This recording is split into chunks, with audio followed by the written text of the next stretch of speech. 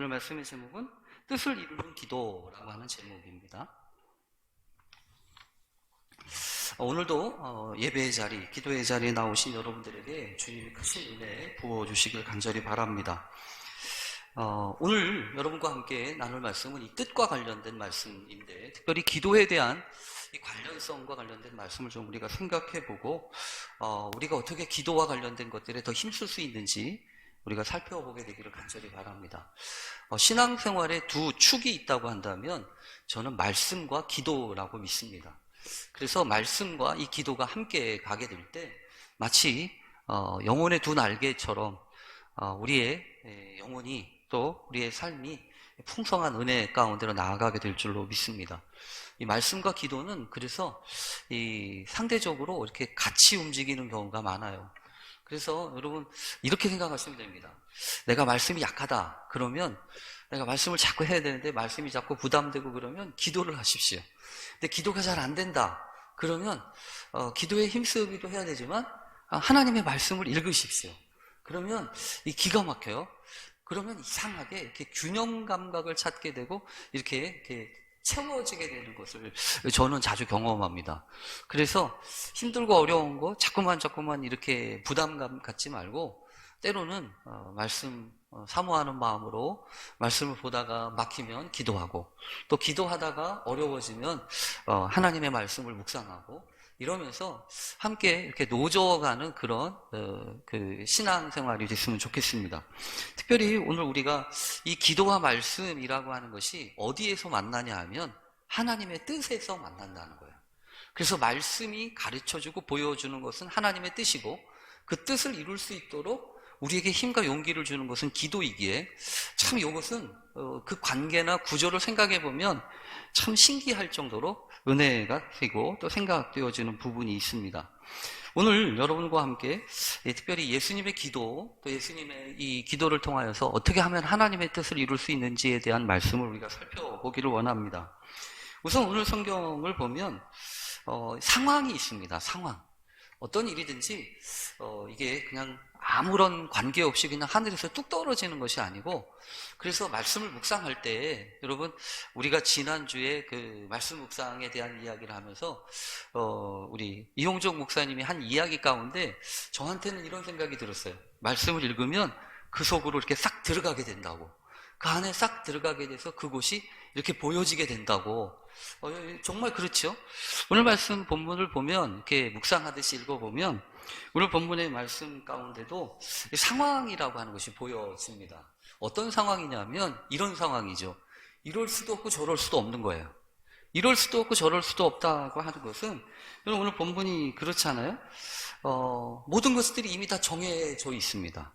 어떤 것들이 정해져 있냐면 여러분도 아시는 것처럼 예수님이 십자가에 지기로 이미 결정이 됐어요.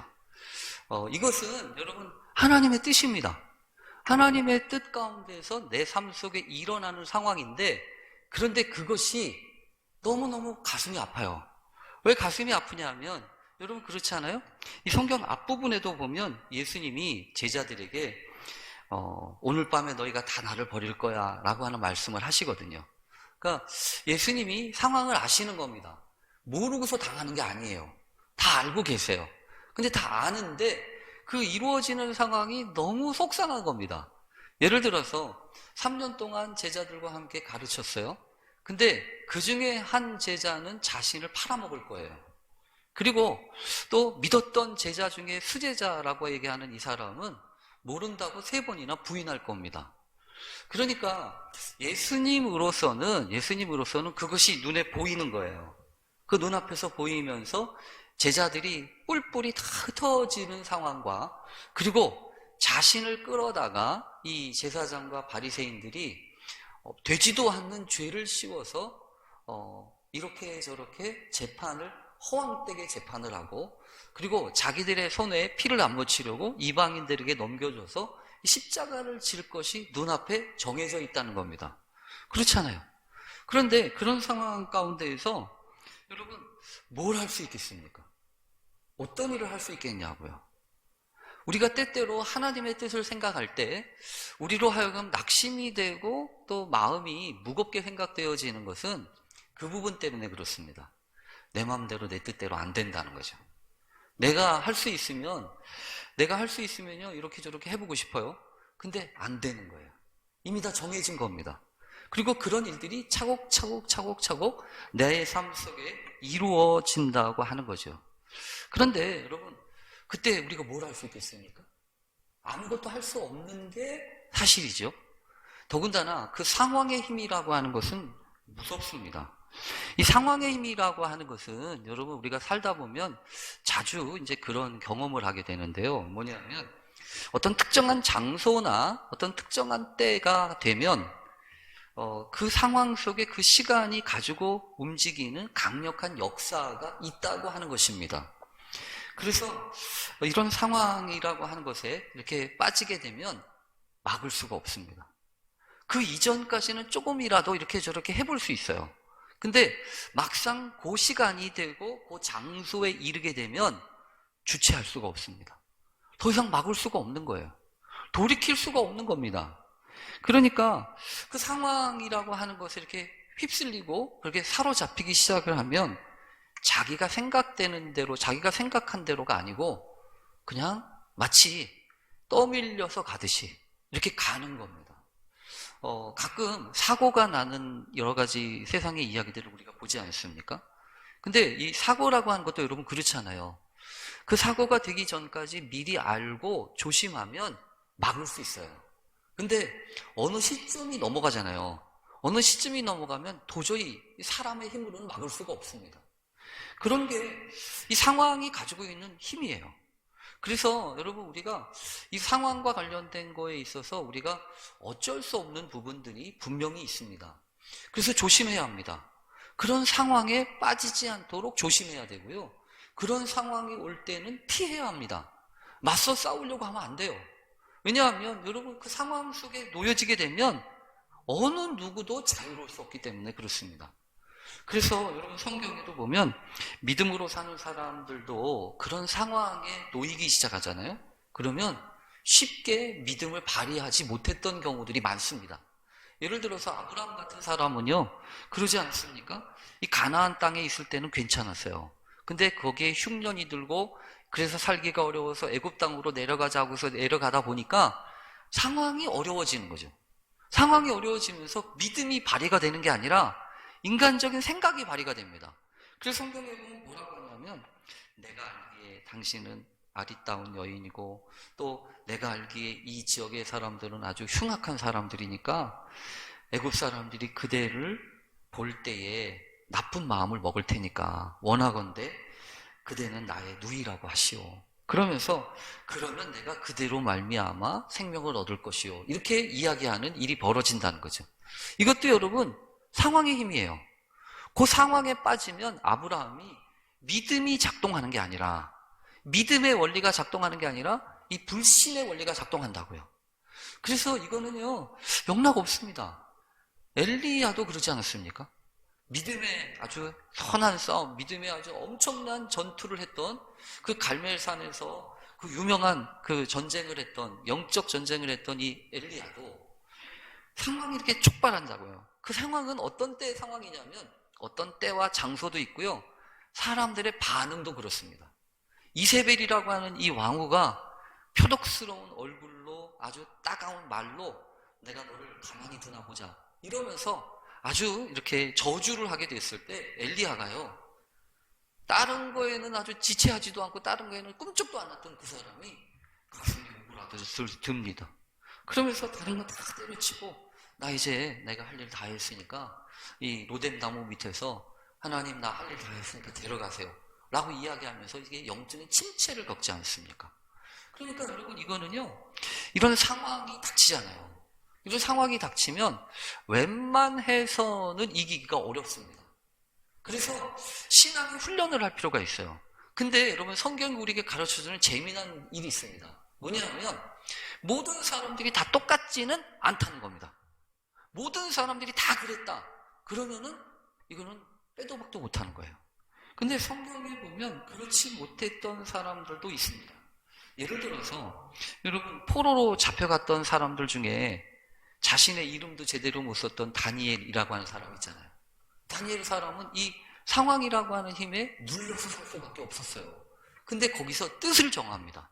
그 어린 나이에 뜻을 정하고 자신이 먹는 것을 통해서 하나님 앞에 범죄하지 않을 거야. 그래서 나 왕의 진미 안 먹고 채소 주세요. 이러면서 사실은 자기를 지키려고 하지 않습니까? 그 상황 가운데서요. 사실은요, 성경을 보면 이 다니엘이 처음부터 그 말이 술술 먹히지 않습니다.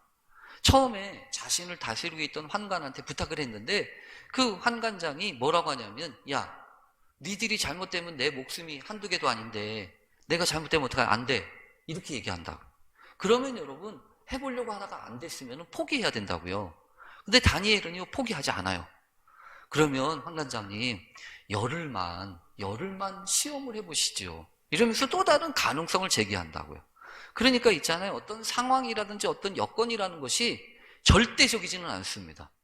어떤 경우는 강력하게 우리에게 다가오지만, 그래서 때로는 그거에 눌려서 나도 알지 못하는 사이에 모르드게가 한나한테 에스더한테 얘기했던 것처럼 안 돼요, 난 못해요 라고 처음엔 얘기하다가도 다시 곰곰이 생각해 보면서, 그래요, 이게 하나님이 나를 이곳에 두신 이유일 수 있죠. 각성을 하면서 하나님의 뜻을 마음속에 깨닫고 도전하면서 내가 죽으면 죽으리라 이렇게 얘기하는 케이스들도 있는 거죠. 그러니까 여러분들 생각해 보세요. 앞으로 이 마지막 때가 되면 그러니까요, 이 두 개의 흐름이 우리 안에 있는 거예요. 악한 세력이 우리를 누르고 이 상황으로 꼼짝달싹 못하게 만드는 힘이 있는가 하면, 또 다른 쪽에서는요, 그 힘을 이기고 뚫고 나가는 하나님의 기름 부으심과 성령의 능력이 있는 거예요. 그러니까 여러분, 우리가 이런 상황 가운데서 어떻게 할 것이냐 하는 것은 우리의 훈련과 관련되어 있어요. 요즘 우리가 새벽에 살펴보고 있는 이 사울 왕은 참 안타깝죠. 그렇게 놀라운 위대한 하나님의 기름 부으심과 초대 왕의 역사와 은총을 입었으면서도 내가 부득이하여 이렇게 할 수밖에 없었어요 라고 변명하지 않습니까? 그러니까 이거는 상황의 힘에 굴복한 거예요. 우리가 그래서 늘 조심해야 합니다. 우리 안에 찾아오는 이 상황의 힘, 아까도 예수님도 그러잖아요. 상황이라고 하는 건 어쩔 수가 없어요. 하나님의 뜻이 몰아가는 어떤 상황이 있는 겁니다. 그러면 여러분, 우리는 아무것도 할 수 없는 겁니까? 우리는 그런 상황 가운데서 나는 이제 두 팔 두 손 다 들고 알아면 알아서 하세요, 이럴 수밖에 없냐는 거예요. 아니에요. 오늘 성경이 그래서 우리에게 주시는 교훈이 있어요. 뭐냐면 그런 상황 가운데에서 예수님이 선택하셨다는 겁니다. 무언가를 하기로 선택하셨어요. 그 무언가가 뭐냐면 기도였습니다. 그렇잖아요. 아무것도 할 게 없다고요. 그렇다고 그래가지고 이 가룟 유다가 자기를 팔아먹지 않을 것도 아니고, 그 이전에 많이 얘기했어요. 가룟 유다한테 몇 번이나 이런저런 얘기를 하면서 너 그렇게 하지 않아도 된다 이러면서 자꾸 힌트처럼 이야기를 했어요. 근데도 가룟 유다는 받아들이지 않죠. 그리고 오늘 성경에도 보면 예수님이 베드로한테도 내가 오늘 닭이 울기 전에 3번 나를 부인할 걸 말하잖아요. 그런데도 이 베드로는요, 내가 죽으면 죽었지 절대로 나는 그렇게 안 할 겁니다, 장담하지 않습니까? 그러니까 예수님이 뭘 할 수가 없는 거예요. 아무리 뭘 하려고 그래도 들어먹어야죠. 들어먹지 않는데 무슨 일을 하겠다는 겁니까? 그런데 오늘 성경에 보면 예수님이 한 가지 결심을 하셨다니까요. 기도를 결심하셨어요. 그런데 예수님의 기도는 오늘따라 특별합니다.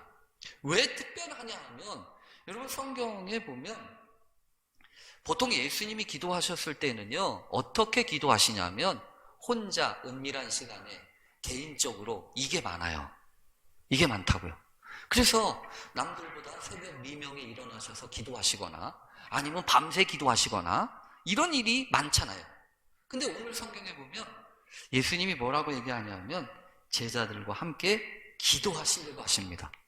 그 제자들, 그 말도 안 듣고 아무런 짝에 쓸모없는 그 제자들을 향하여서 뭐라고 하냐면 내가 저기 가서 기도할 동안에 너희는 여기 앉아 있어라 이러시잖아요.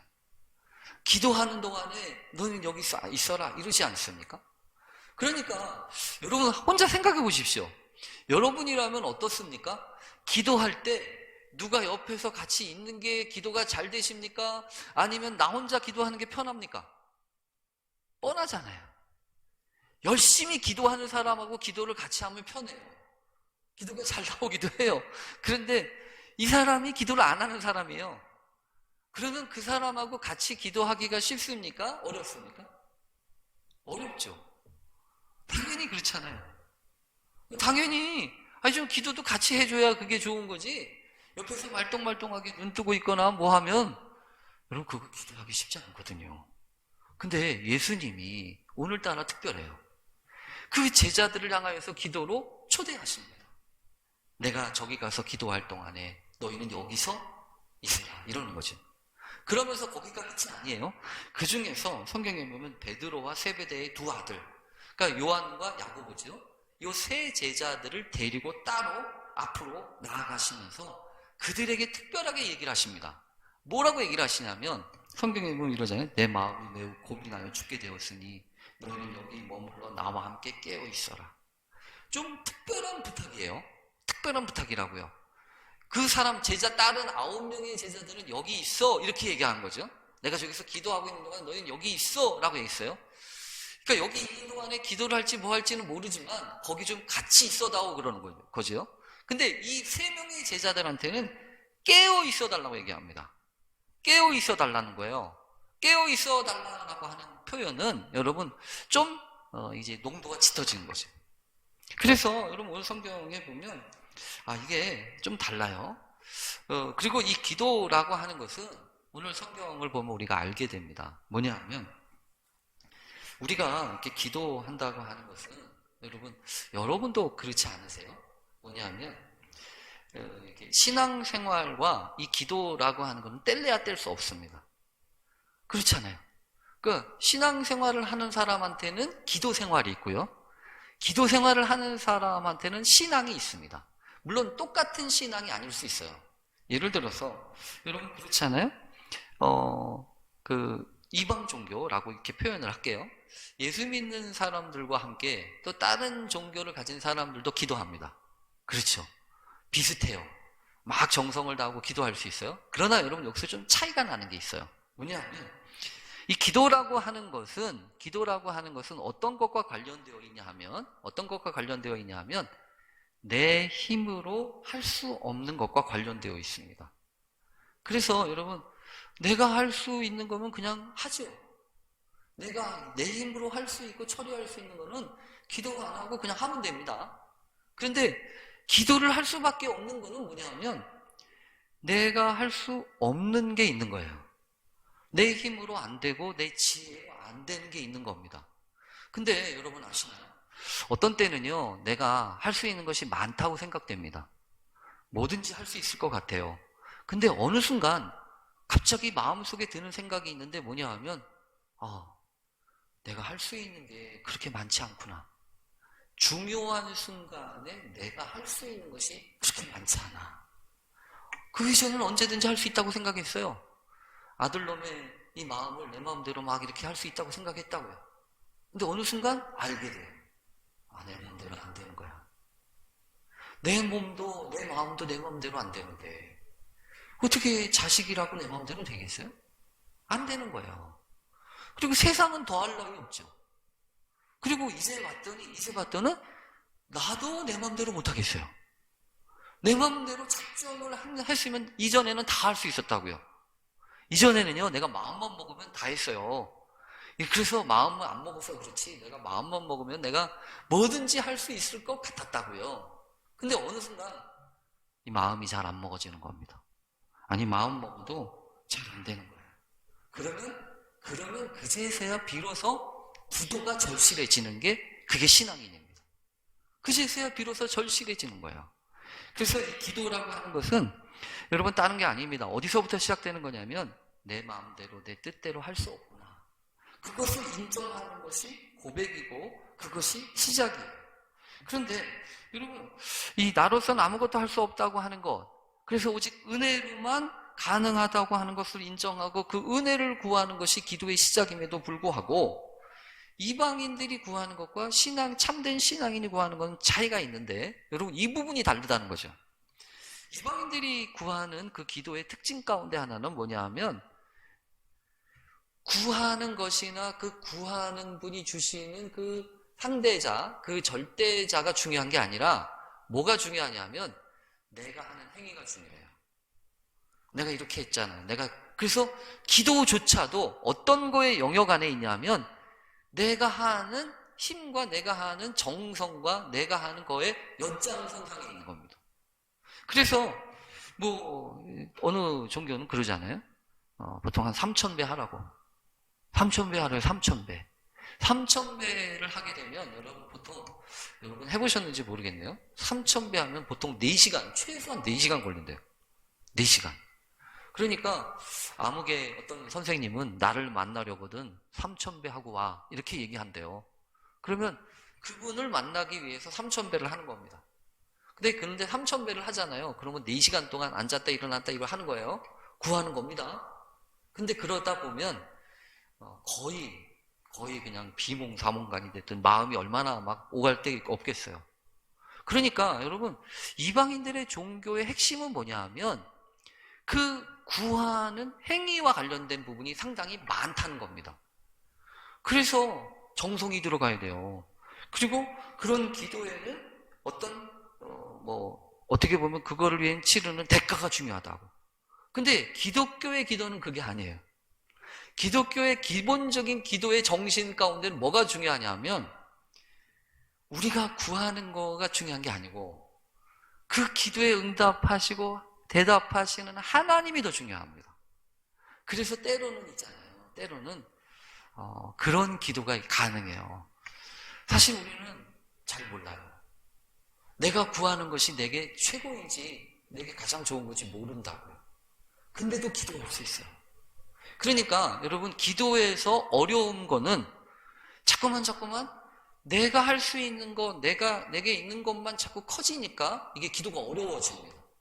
그래서 기도에 자꾸 자신이 없어지거나 기도가 낯설게 여겨지거나 기도가 어렵게 느껴지는 거는 왜 그러냐 하면 자꾸 내가 말을 조리 있게 하거나 내가 무언가를 하려고 하는 거에 비중이 더 많기 때문이라는 거예요. 근데 그게 아니라는 겁니다.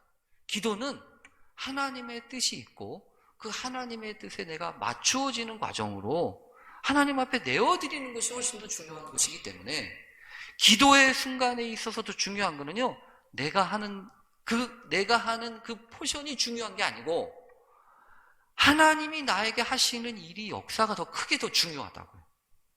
물론 여러분, 우리가 이제 이 중보기도라고 하는 것도 우리가 이제 3월부터 함께 하기를 원하는데요. 그래서 잘 보면서 우리가 이 기도라고 하는 건 참 신비로운 세계입니다. 기도라고 하는 건 참 신비로운 세계다. 말씀의 세계가 신비로운 것처럼. 그래서 하나님의 말씀을 묵상하고 그 하나님의 말씀을 자꾸 마음 가운데 새기기 시작하면 여러분 그러잖아요. 하나님의 말씀이 내 마음 가운데 다가오고 그 말씀이 마치 뿌리를 내리듯이 내 마음 가운데서 자라나잖아요. 그래서 그 말씀이 열매를 맺죠. 싹이 나고 자라서. 그런 것과 똑같은 원리가 기도의 세계에 있다는 거예요. 바라기는 오늘 우리 평동의 모든 교우들이 그런 말씀의 세계와 함께 그런 기도의 은총과 기도의 역사가 일어나게 되기를 간절히 바랍니다. 그래서 하나님의 뜻을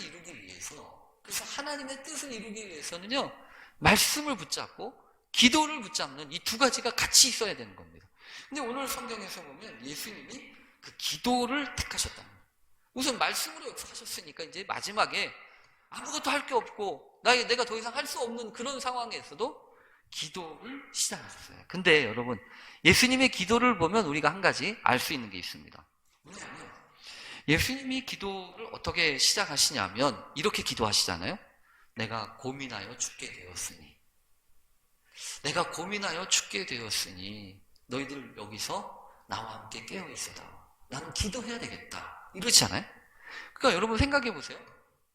예수님이 이렇게 기도하시는 게 예수님 자신을 위한 것인 것과 동시에 예수님이 그렇게 기도하시면서 보여주시는 모델이 이것이 예수님에게만 영향을 미칠까요? 아니면 제자들에게까지 영향을 미칠까요? 당연히 제자들에게까지 영향을 미치는 거예요. 그래서 예수님이 이 기도와 관련된 상당히 중요한 교훈을 오늘 이 말씀을 통해서 하시는 거라고 우리가 믿어야 됩니다.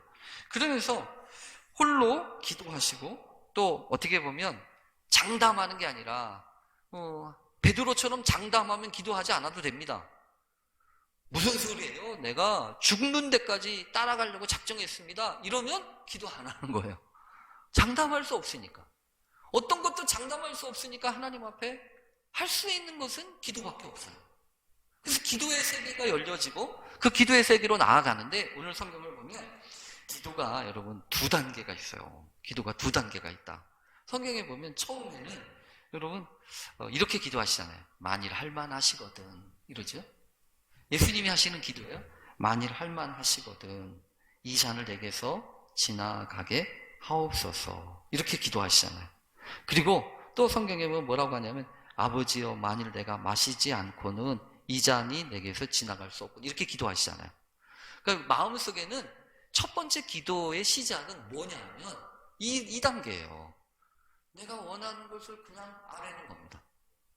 내 마음속에 필요한 것을 그냥 구하는 거예요. 왜냐하면 그것이 나한테는 절박하니까, 그것이 나한테는 간절하니까, 그 간절함을 이야기하는 겁니다. 그거는 여러분 부끄러운 게 아닙니다. 그거는 내 자신에게 있어서 필요와 내 자신에게 있어서 안타까운 사정을, 그래서 성경에 보면 탁월한 기도의 사람들은요 다 어떻게 했었냐면 그거를 아뢰는 것을 신실하게 했어요. 한나 같은 여인도 여러분 그러잖아요. 자기의 마음의 억울함과 자기 마음의 속상함을 토한 것뿐이잖아요. 그래서 먼저는요 내 안에 들어와 있는 생각, 내 안에 있는 이런저런 마음을 그대로 표현하는 것이 필요합니다. 그게 첫 번째 단계예요. 기도에 있어서. 근데 그거만 있으면 안 돼요. 오늘 성경에 보면 거기서 끝이라고 한다면 그거는요 기도가 깊어지기 어렵습니다. 근데 어떤 기도가 있게 되냐 하면 다른 게 아니라 오늘 성경에 보면 내 원대로 마옵시고 아버지의 뜻대로 아버지의 원대로 되기를 원합니다. 요게 있는 거죠. 그래서 여러분 여기서 참 놀라운 일이 하나 벌어집니다. 어떤 일이 벌어지냐면 내 뜻으로 시작은 했지만 끝은 내 뜻이 우선이 아닌 거예요. 그래서 내 마음으로, 내 고집으로, 내 생각으로 내가 원하는 것을 구하기 시작을 했지만 결론은 하나님, 내 마음은 그렇지만 내 마음대로가 아니라 아버지의 뜻대로 되기를 원합니다. 아버지의 뜻을 내 마음 가운데 받아들이는 그런 일로 하나님이 기도의 시간을 사용하시는 거라고요. 그래서 여러분 오늘 성경을 보면서 이 기도는 신비하다. 기도라고 하는 시간은 하나님이 일하시는 시간이에요. 내가 일하는 시간이 아닙니다. 내가 일하는 시간은 나는 기도 안 할 거예요. 아마 열심히 돌아다니고 사람 만나고 사람들한테 얘기하고 그럴 거예요. 근데 이 기도하는 시간은 내가 움직이는 시간이 아니고 하나님이 움직이시는 시간이라고요. 그래서 여러분 기도란 어떤 분이 그런 얘기 하세요. 기도란 평범한 일을 비범하게 만드는 시간입니다. 기도란 불가능한 일을 가능하게 만드는 힘이다. 기도란 일의 판도를 바꾸는 시간이다. 인생을 또 삶을 새롭게 하며 환경을 바꾸는 시간. 그래서 예수님의 매직타임이라고 하는 그 매직타임은 기도의 시간이었어요. 우리도 마찬가지입니다. 우리도 그래서 조지 뮬러라고 하는 사람은요 이런 말을 유명하게 했어요. 뭐냐면 우리에게는 단 한 가지의 빈곤만 존재한다. 단 한 가지의 빈곤이래요. 다른 건 다 빈곤하지 않다는 겁니다. 그 빈곤이 뭐냐면 기도의 빈곤이라고. 기도의 빈곤밖에 없대요. 실제로 여러분 그렇습니다. 한번 곰곰이 생각해 보십시오. 여러분 기도하는 시간이 많아지고 있습니까? 아니면 기도하는 시간이 점점 줄어들고 있습니까? 그거 생각해 보면 돼요. 아, 내 삶 속에, 내 일생 속에, 내 일상 속에 기도하는 시간이 많아져야 되는데, 기도하는 시간이 많아지는 것보다는 다른 일하는 것이 많아지고 있다. 그러면 그거는 어떻게 생각해 보면 마치 여러분 우리의 건강에 문제가 생기는 것처럼 신앙에 문제가 생기는 그 징조입니다. 그래서 하나님 앞에 여러분 내 소원을 안 하는 것만이 아니라, 왜냐하면 저는 그렇게 생각해요. 왜 우리의 신앙생활에 변화를 못 느끼는가? 왜 신앙생활을 하면서 우리가 변화되지 않는가? 라고 하는 이유는요, 그 기도의 시간이 변화에 이르기까지 압축되고 농축되어지지 않기 때문에 그래요. 그렇잖아요. 어느 순간, 여러분 아까 말했잖아요. 임계점이 있다고. 어느 순간에 그 시간이 되고 그것이 농축돼서 쌓여지면요, 확 변하거든요. 근데 기도도 역시 마찬가지인 거예요. 기도도 이게 축적되고 농축되어져서 하나님의 뜻을 이룰 만큼 이게 되어야 되는데 안 되는 거예요. 이게 약하다고요. 그러니까 맨날 하는 말씀들이 그러잖아요. 기도해봤다고. 나 기도 다 해봤다고. 그래서 여러분 정말 안타까운 것은 기도를 쉬지 말아야 합니다.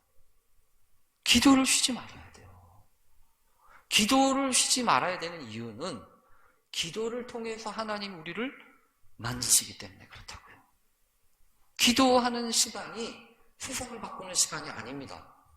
기도하는 그 시간이 내가 죽도록 싫어하고 내가 지금 기도하는 저 사람을 바꾸는 시간이 아닙니다. 기도의 시간은요, 다른 걸 바꾸는 게 아니라 내 마음을 바꾸는, 내 영혼을 치료하는 그 시간이에요. 그래서 하나님 앞에 여러분 기도해야 합니다. 그래서 오늘 성경에 보면 주님이 하신 유명한 말씀이 한 가지 있습니다. 뭐냐면 깨어 있어라, 시험에 들지 않게 깨어 있어 기도하라, 이러시잖아요. 여러분 기도에 대한 이야기를 하시면서 주님이 한 가지 툭 가져오신 게 뭐냐 하면 시험이라는 거예요. 그래서 여러분 영락 없습니다. 왜 내 삶에 이렇게 시험이 많아? 왜 내 인생에 이렇게 시험이 끊이질 않는가? 라고 하는 고민을 하면 뭐부터 체크해야 되냐면 내 기도의 절대량이 과연 얼마나 되는가? 이거 봐야 돼요. 이거 봐야 된다고. 다른 거 없어요. 우선 여러분 예수님도 시험에 당하셨어요. 그거 이해하십시오. 시험이 있는 건 당연한 겁니다. 오히려 시험이 없는 게 이상한 거죠. 내가 만약에 시험이 없다. 목사님 난 시험 든 거 없어요. 이렇게 얘기하면 둘 중에 한 가지입니다. 탁월해서 시험에 걸리지 않든지 아니면 시험에 볼 만한 가치가 없든지 둘 중에 한 가지예요. 그래서 우리 안에 우리 삶 속에 시험이 오는 건 당연한 겁니다. 예수님도 시험에 들었는데 예수님한테도 시험이 있는 사람이 있었는데 당연히 시험이 올 수 있어요. 근데 문제는 그걸 이기고 있냐는 거죠. 그거를 오히려 하나님의 뜻을 확인하는 기회로 삼느냐, 아니면 넘어져서 꼬꾸라져서 허우적대다 끝내는가? 이거는요, 기도와 하나님의 말씀의 힘을 얼마나 붙잡고 있는가, 이거라고요. 그래서 오늘 본문을 보면서 하나님 주님이 그러시잖아요. 만약에 여러분 그러시잖아요. 예수님이 기도하시다가, 오늘 성경에 보면 그래서 참 의미 있는 게 몇 가지가 있어요.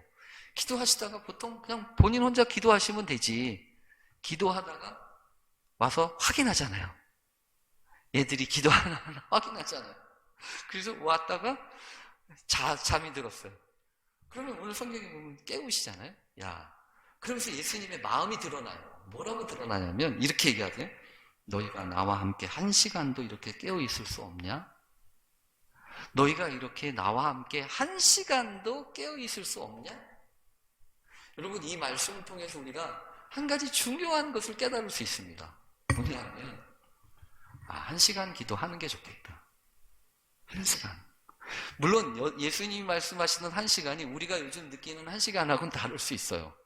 그런데 지금 주님이 이러잖아요. 너희가 나와 함께 한 시간도 이렇게 깨어 있을 수 없냐. 그러니까 최소한 주님이 기대하시고 생각하는 기도의 시간 양이라고 얘기한다면 저는 감히 한 시간 이렇게 얘기할 수 있는 거예요. 주님이 그러시잖아요. 한 시간도 깨어 있을 수 없냐. 주님이 최소한 기도의 시간을 한 시간을 생각하신다는 거 아니겠어요? 그래서 여러분 저는 그랬으면 좋겠어요. 우리 교우들이요, 한 시간 기도에 대한 소망을 품으세요.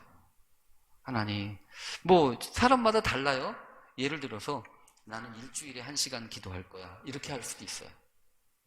또 어떤 경우에는 나는 하루에 한 시간 할 거야 이럴 수 있다고요. 근데 어쨌든 주님의 말씀을 잘 읽어보면 주님께는 그 소망이 있는 거잖아요. 나와 함께 한 시간 깨어 있을 수 없냐. 나와 함께 한 시간 있으면 좋겠다. 그래서 여러분 삶 속에 한 시간 기도에 대한 소망, 내가 한 시간을 주님과 함께, 내가 한 시간을 주님과 사귀는 시간으로, 주님과의 말씀에 묵상하고 주님과 함께 내가 사귀는 그런 시간으로, 그러면서 주님의 뜻이 이루어진다고요. 그리고 오늘 성경에 보면 그러시잖아요. 이러면서 시험에 들지 않게 깨어 있어 기도하라. 마음에는 원이로되 육신이 약하도다. 여러분 이게 무슨 소리죠? 우리의 약함을 주님이 아신다는 거예요. 근데 그 약함을 이유와 핑계로 대지 말라는 겁니다. 부득이해서 어쩔 수 없어서 뭐 이렇게 하니까 저렇게 하니까. 여러분 왜 그럴까요? 왜 그렇게 하지 말라고 얘기하실까요? 끌려다니니까. 그렇게 이유와 핑계를 대는 순간, 그 순간부터 우리는 그것을 절대로 벗어날 수 없어요. 그렇게 이유와 핑계를 대는 순간, 그 순간은 면피를 할지 몰라요. 그 순간에는 부끄럽지 않고 이유가 될지 모른다고요. 그러나 그렇게 하는 순간 우리는요 평생 그것에 붙들려 살아야 합니다. 그래서 여러분 함부로 이유되는 거 아니에요. 함부로 자식들 핑계 대는 거 아니고요. 함부로 남편 핑계, 함부로 아내 핑계 대는 거 아닙니다. 직장 핑계는 더더욱이나 마찬가지예요. 세상 핑계는 더더욱이나 마찬가지예요. 하나님 앞에서 내게 허락하신 것이라고 한다면 다 이유가 있고 하나님은 하나님의 뜻이 있음을 우리는 기억해야 합니다. 그리고 오늘 성경에 보면 우리에게 소망이 있어요. 무슨 소망이 있어요? 그냥 우리 보고 혼자 깨어 있으라고 하시는 게 아니에요. 나와 함께 깨어 있을 수 없냐 이렇게 얘기하시잖아요. 하나님 주님이 함께 하시겠다는 거예요. 그래서 기도는 절대로 나 혼자 하는 게 아닙니다. 내가 말할 수 없는 탄식으로 나를 위해서 기도하시는 분이 성령님이시잖아요. 그러니까 여러분 기도처럼 어떻게 보면 쉬운 게 없어요. 기도의 원리를 알고 기도의 은총을 알아가면 바라기는 우리 모든 교우들이 세상에 그러잖아요. 공부가 제일 쉬웠어요 라고 얘기하는 그 이상한 사람들처럼 우리도 그럴 수 있으면 좋겠어요. 기도가 제일 쉬웠어요. 지나고 보니까 기도가 제일 쉬웠다. 차라리 여러분 그게 낫지 않겠어요? 기도가 어려운 게 아니라 기도가 쉬워지게 해주세요. 그렇게 기도하면서 기도의 은총의 비밀을 발견하는 우리 모두 되실 수 있기를 간절히 축원합니다. 우리 같이 기도하겠습니다. 하나님, 어떻게 해야 이 기도가 쉬워지겠습니까? 하나님의 뜻을 이루는 기도, 그 놀라운 기도의 세계가 열려지는 하나님의 백성들 될 수 있도록 주 역사해 주시기를 간절히 원합니다. 상황의 힘에 쩔쩔매며 거기에 붙들려서 이유나 되고 핑계나 되는 사람들이 아니라 하나님이 허락하셨으니, 주님이 허락하셨으니 또한 넉넉히 감당하게 하실 줄로 믿습니다. 그렇게 믿음으로 고백하며 은혜로 승리하며 나아가는 믿음의 사람들이 다 되게 해 주시옵소서. 하나님, 하나님의 그 뜻을 이루기 위하여 기도하셨던 주님처럼 우리도 1시간 기도하게 하시고 하나님의 뜻을 이루게 하옵소서. 예수님의 이름으로 기도합니다. 아멘.